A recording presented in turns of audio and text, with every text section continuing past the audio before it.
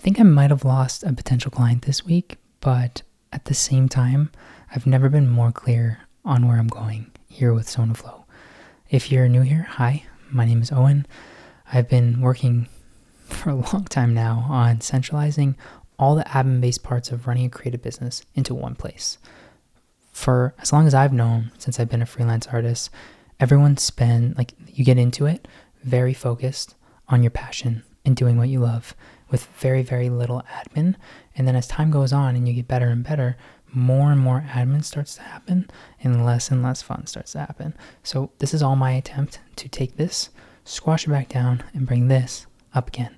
And I've kind of taken a pivot over the last few weeks here. If you have watched any of these videos or if you scroll back, and essentially I've restructured how I'm positioning the, launch of this business, and I'm currently building custom operational systems for creative business owners. So I'm taking the rough skeleton that I've been building for all this time, and instead of inviting you to come and operate within that skeleton, I'm bringing that skeleton to your business and I'm morphing it to everything you need. So any tools that you have connected to your business right now, anything, almost every subscription you pay for, any bottlenecks you have, any challenges you have, I'm kind of taking everything into account, adding it as like branches to a tree onto the Sonaflow skeleton, and then delivering it as a custom software that is unique one-to-one to you. And yeah, so as of right now, I have one client. It is going freaking awesome. I am yet to wake up later than 5 a.m. on a single day since we've started the build. I think we're maybe 11 or 12 days in, and I just get up so early, wired, and I just work and work and work, and I truly wouldn't have it any other way. I'm learning so much. I'm trying to make sure I give them the best, most reassuring service as possible, because I couldn't even be in the spot I am right now without him just taking that chance on me, and I am forever grateful for that. But last week I mentioned how I said 1.75 or 1.8 clients, and essentially what that means is I almost had a second client. Basically what happened was I followed up, and he said to kind of hold back on the build, because essentially I said, listen, I trust you, you're a friend, we shook hands, whatever, I'll just start building so you can have this sooner. We can do the deposit as soon as it's convenient for you. And he told me to kind of put a pause on it, and I was like, okay, it's all right. And then over the weekend, from when we talked to that point until when I followed up, I put a lot of time into a build scope proposal is what I'm calling it. So essentially a very thorough mock-up after I've digested and taken in all of the things that they want built for their business. And hello? Yeah, I'm phone. You want to come say hi? No. My girlfriend is being shy. Come say hi. I have 2 fans. No one cares. Come. Come on. 1 second. Come say hello to all the nobody. Hi, 2 fans. It's okay. Essentially, I've been taking this period of time from when I pitch, or when I bring up the idea, to when I actually pitch and try to sell it. And in that period, when we're obviously not communicating, I've just been building this super thorough proposal.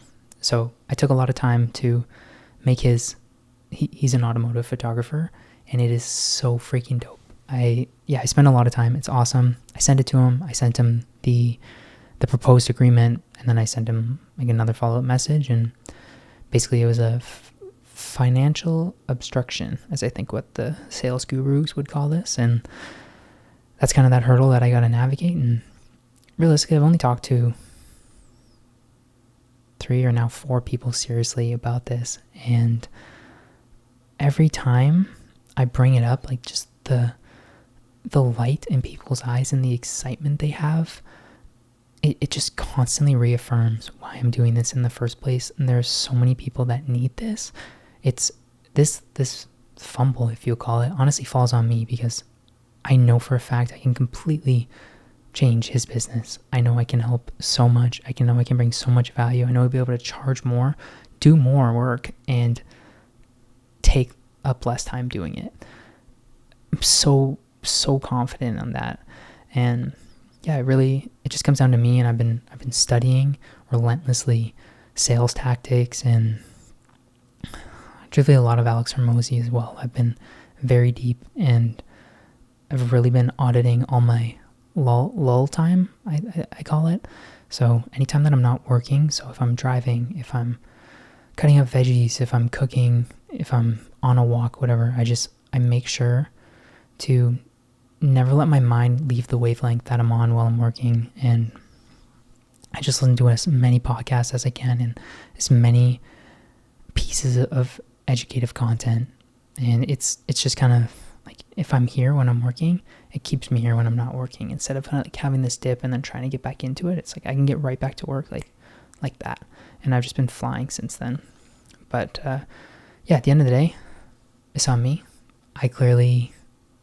There was a gap somewhere when I was explaining the value. So it's a learning experience. I've been documenting every breath I have had in front of any individual when talking about Sonaflow. And once I've talked to, I'm going to do it at 10, I'm going to do it at 50, I'm going to do it at 100, do it at 200. And I'll just keep looking back on what's working, what's not working, taking what's working, and then applying that to the next batch. Doing it again, what's working, applying it to the next batch. And then eventually, when I'm at 1,000, when I'm at 1,500, 2,000, ideally, I figured it out. Like, it's kind of like having a pasta strainer. Like, I've strained enough that hopefully I figure out what works in terms of pitching. And that's a whole other side tangent, but I'm having a lot of fun with that. Good news is yesterday, I basically have a new warm lead, I guess, for a potential client. A massive creative hub in town runs, well, I guess a creative center is kind of what you could call it. It's got everything for every kind of creator. And they're just trying to make a massive community where essentially there are members, people pay a subscription fee or membership fee, and then they just come in, work every day. They have all these different studio spaces they can access, whether they're a musician, whether they're a filmer, whether they're anything. It's freaking awesome. There's a huge like concert venue in there too. And I'm very close with I'm good friends with the owner, or the guy that runs it all. I don't know the exact title, and I just kind of asked him for advice yesterday and what he thinks about this thing I'm building, because I don't share it openly with everyone. It's something that's still kind of in my pocket, and maybe this is a limiting belief, or maybe it's me being naive, but I'm just waiting until I have publicly launched, which I want to do after I have these first builds done. So then ideally start launching, push as hard as I can, and then everything starts coming in, then I can just start kind of going up from there. So that is why I don't talk about it much. And I brought it up to him. We started speaking on it, and his face just lit up. Like, he just looked at me and he just smiled. I was like, what? And then basically he explained how all this time he's been trying to build a system himself to manage all the admin-based parts of running the creative campus. And I looked at him, I was like, dude, I'm literally trying to build something to simplify the admin-based side of running a creative business. I was like, this is to a T what I'd want to do. And like, we both got really excited. We had a great conversation. I learned about everything I could help with. I got it all written down. We're meeting, today's Wednesday. We're going to meet next Monday. And I'm going to do the same thing. I'm going to build out a very thorough build scope so that he can see it, he can feel it, he can taste it. And from there, he's going to take that, give it to the investors that invested in that development, I guess you can call it. And yeah, fingers crossed, but it could be freaking awesome. If I had 2 customers, holy moly, I'd just run around on the streets. But yeah, it's exactly what I would want to be doing. It's almost a perfect match, and it's a huge scale thing too. So it's nice to have that contrast from like a solo agency operator, which is what I'm working on right now, to a big production and like many people coming through, like a lot of traffic and working through that. So it would be cool to just have multiple builds in a bunch of different realms, I guess you could say. And yeah, I'm very ecstatic, as you can see by the length of this video. It's already been 10 minutes. I didn't even think I hit any of these notes I've written down, but yeah, this is pretty much where we're at. I haven't been off that wavelength I've been talking about. I haven't been able to step away from it.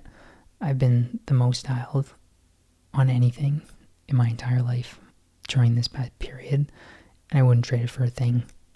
Every conversation I've been having, every thought I have, every step I take every day is towards this. And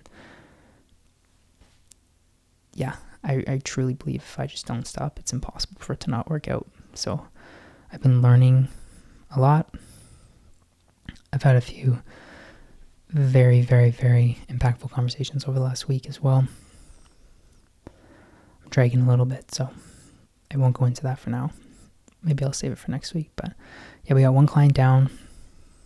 The build is going amazing.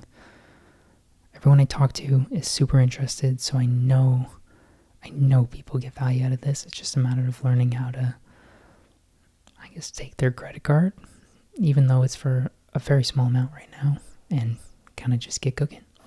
This is exactly where we're at right now.